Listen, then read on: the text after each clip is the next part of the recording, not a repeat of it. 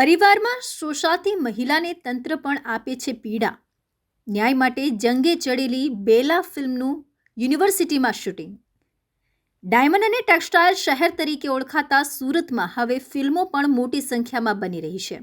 ત્યારે સમાજમાં પરિવારથી લઈને તંત્રના અલગ અલગ સ્તરે મહિલાના થતા શોષણની વાત બેલા ફિલ્મમાં કરવામાં આવી છે. હાલ બેલા ફિલ્મનું શૂટિંગ યુનિવર્સિટીના લો ડિપાર્ટમેન્ટમાં થઈ રહ્યું છે. નિર્માતા કુમાર ખણિયા અને સહનિર્માતા અમિત ઠક્કર દ્વારા ફિલ્મ બેલાનું શૂટિંગ કરવામાં આવી રહ્યું છે. ફિલ્મમાં પ્રિનલ ઓબેરોય, પ્રશાંત બારોટ, ચેતન દહિયા, નિર્મિત ઠક્કર, ઉષા ભાટિયા જેવા નામાંકિત ગુજરાતી કલાકારો અભિનયના ઓજસ પાથરી રહ્યા છે. ફિલ્મના દિગ્દર્શક તનસુખ ગોહિલે કહ્યું કે સમાજમાં સ્ત્રીનું સશક્ત થવું જરૂરી છે. આ સંદેશને બેલા ફિલ્મમાં રજૂ કરવામાં આવ્યો છે. બેલા ફિલ્મમાં મહિલા પર થતા અત્યાચાર અને ન્યાય મેળવવા માટે પણ થતા શોષણની વાત રજૂ કરવામાં આવી છે.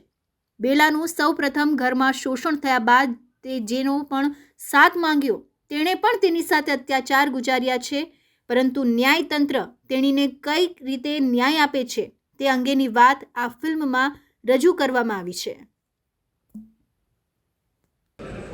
બેલામાં ફરી એકવાર તમે રોલ કરી રહ્યા છો, કેવા પ્રકારનો કિરદાર?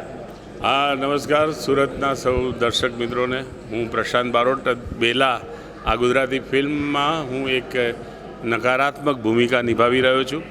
આ એક એવી અબળાની, એક એવી મહિલાની, એક એવી યુવતીની વાત છે. બેલા જે શીર્ષક છે એ જ મુખ્ય નાયિકાનું નામ છે, કે જે સમાજના કેટલાક અનિષ્ટ તત્વો એને જે રીતે કનડગત પહોંચાડે છે, અને એકલી એ યુવતી, એ મહિલા એ અનિષ્ટ તત્વોને કેવી રીતે માત કરે છે એની રસપ્રદ રીતે, મનોરંજક રીતે લોકોને એક સિનેમેટિક એક્સપિરિયન્સ મળે એ રીતે આ કથા ગૂંથવામાં આવી છે, અને એનું અત્યારે શૂટિંગ ચાલી રહ્યું છે. આપણે સૌ જાણીએ છીએ કે આપણા સમાજમાં ક્યાંક મહિલાઓને યોગ્ય સન્માન નથી મળતું, એમની સુરક્ષા નથી જળવાતી. તો એવી મહિલાની આ વાતને વાચા આપતી ફિલ્મ છે, ને એના થકી મહિલાના સન્માનની વાત છે, મહિલાની સુરક્ષાની વાત છે, અને હું માનું છું કે પ્રેક્ષકોને આ ફિલ્મ ગમશે. હાજી, હા, આમાં હું એક કરપ્ટેડ ડીજીપી એટલે કે વડા પોલીસ અધિકારીનું એક ભ્રષ્ટ માણસ, કરપ્ટેડ માણસ, અનૈતિક માણસની હું ભૂમિકા નિભાવું છું. અને હું માનું છું કે જેમાં ફિલ્મ જ્યારે પ્રેક્ષકો જોશે, દર્શકો જોશે, ત્યારે એમને ખ્યાલ આવશે કે વાત કેવી રીતે આગળ વધે છે. વધારે વાત હું ન ખોલતા, પણ જે તબક્કાવાર આ વાત અનફોલ્ડ થાય છે, કથા આગળ વધે છે, તો હું માનું છું કે લોકોને એક સિનેમેટિક એક્સપિરિયન્સ મળશે.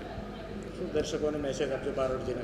બિલકુલ એ જ મેસેજ કે ગુજરાતી ફિલ્મો જોતા રહો. બેલા પણ એક એવી જ સરસ ફિલ્મ છે. બેલાને પણ જોજો, અને આવો આપણે સૌ ભેગા મળીને સ્ત્રી શક્તિનું સન્માન કરીએ અને આપણી મહિલાઓને સુરક્ષિત રાખીએ, એમાં આપણે આપણું યોગદાન આપીએ. I am wishing very good luck to all of you. Thank you. Bela की नई मूवी लग गई और सूरत में शूटिंग हुई, कैसा लगा, किस तरह का रहा पूरा, क्या कहेंगे?